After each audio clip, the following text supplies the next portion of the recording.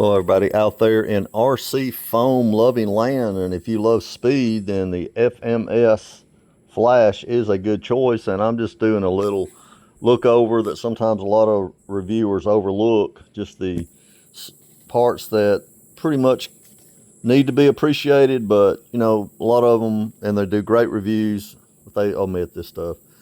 This is in pieces, of course. This is brand new. I've had it about a year.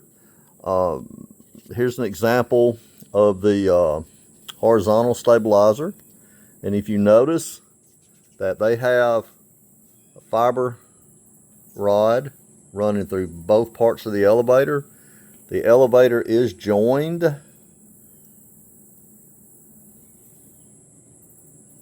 and where these little slots are at right here, that's a fiber rod. So they have a fiber rod on that part as well that gives it quite a bit of stability, and also the rod goes through the center part.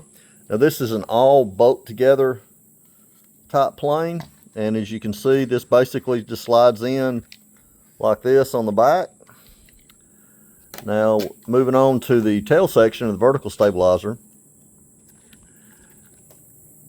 What I like about this is that it has a magnet built into it, as many of them do. Your horns are put together with screws. They've already attached your rudder.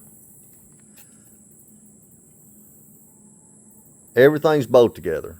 This is really well made, and of course it fits over the top like this.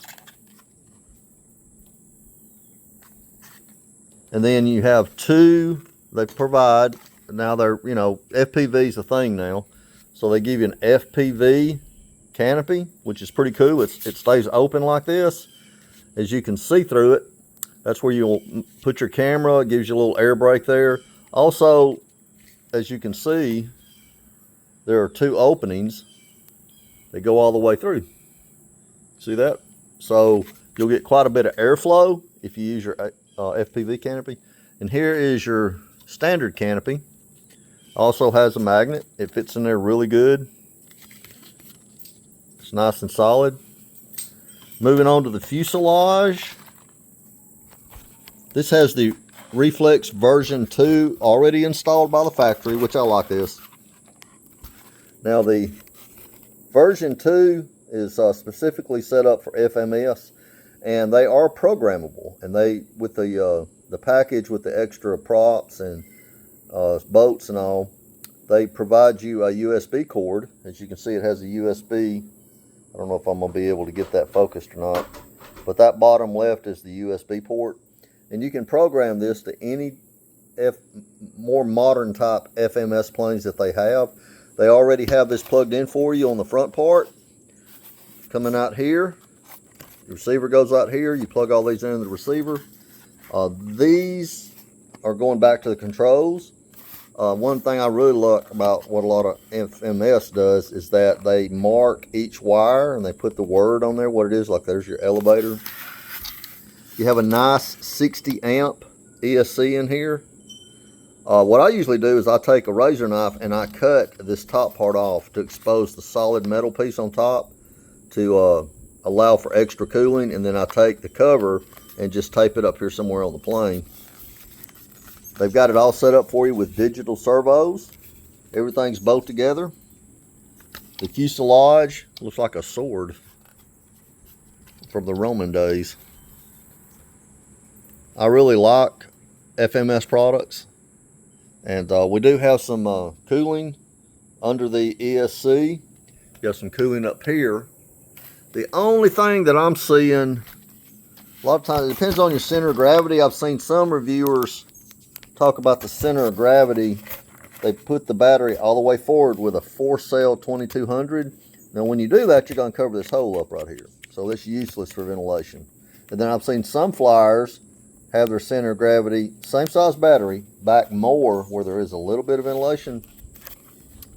So the only thing I'm concerned about with the ESC cooling is that if this hole is covered up right here, and the cowling is solid, there's not any draw to bring air through here from the front, going across the battery receiver, your gyro, back to the ESC.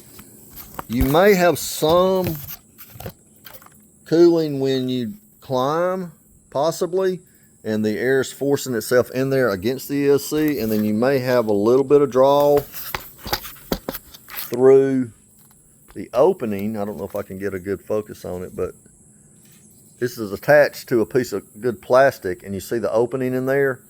That could draw you some air from the ESC over into here, and that's probably enough. What I normally do is I try to figure out a way personally to get me some type of an air hole, possibly up here. I've even installed scoops. However, this one's so fast, it'll go from 125 miles per hour plus. Some people say they get 150 miles an hour, so anything you do to put anything else on here may slow it down. So I haven't really seen any complaints about this ESC burning out. I mean, usually somebody will post something about that on RC groups, what have you. This is a really nice plane. $179. They give you a 60 connector, which I really like those. That's pretty much all my batteries now. They do have, on a quick note, the Flex version 2 here. They have a Flex version 3 that they say will G-haul with any plane you have, which that's pretty cool. I haven't looked into that yet.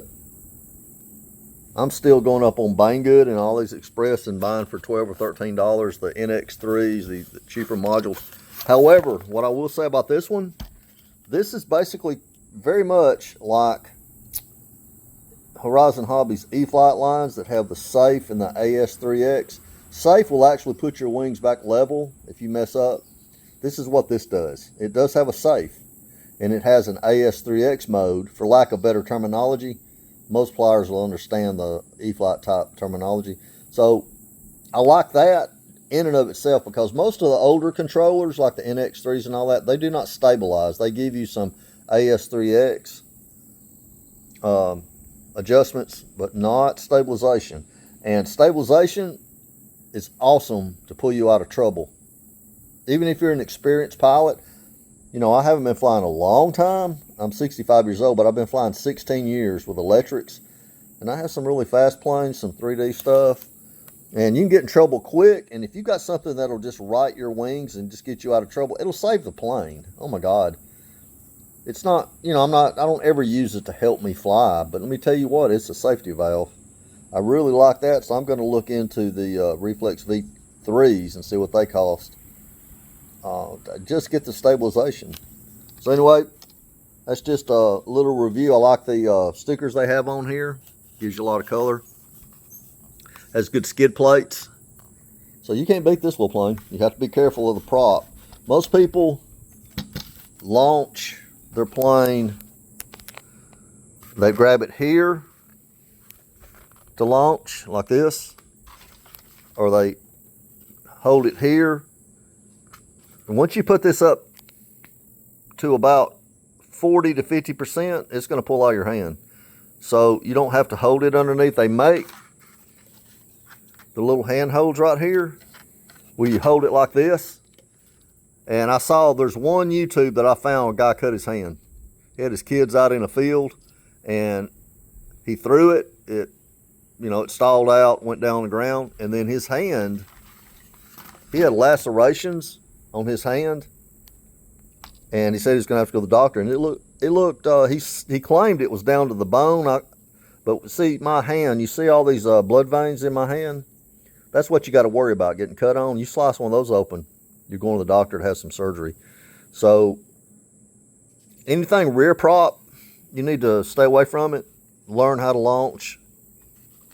Don't hold it underneath and launch it like you see some people do. You will cut yourself occasionally. So y'all take care. Just thought I would just show something of this one, that things I like that, you know, the reviewers don't talk about too much.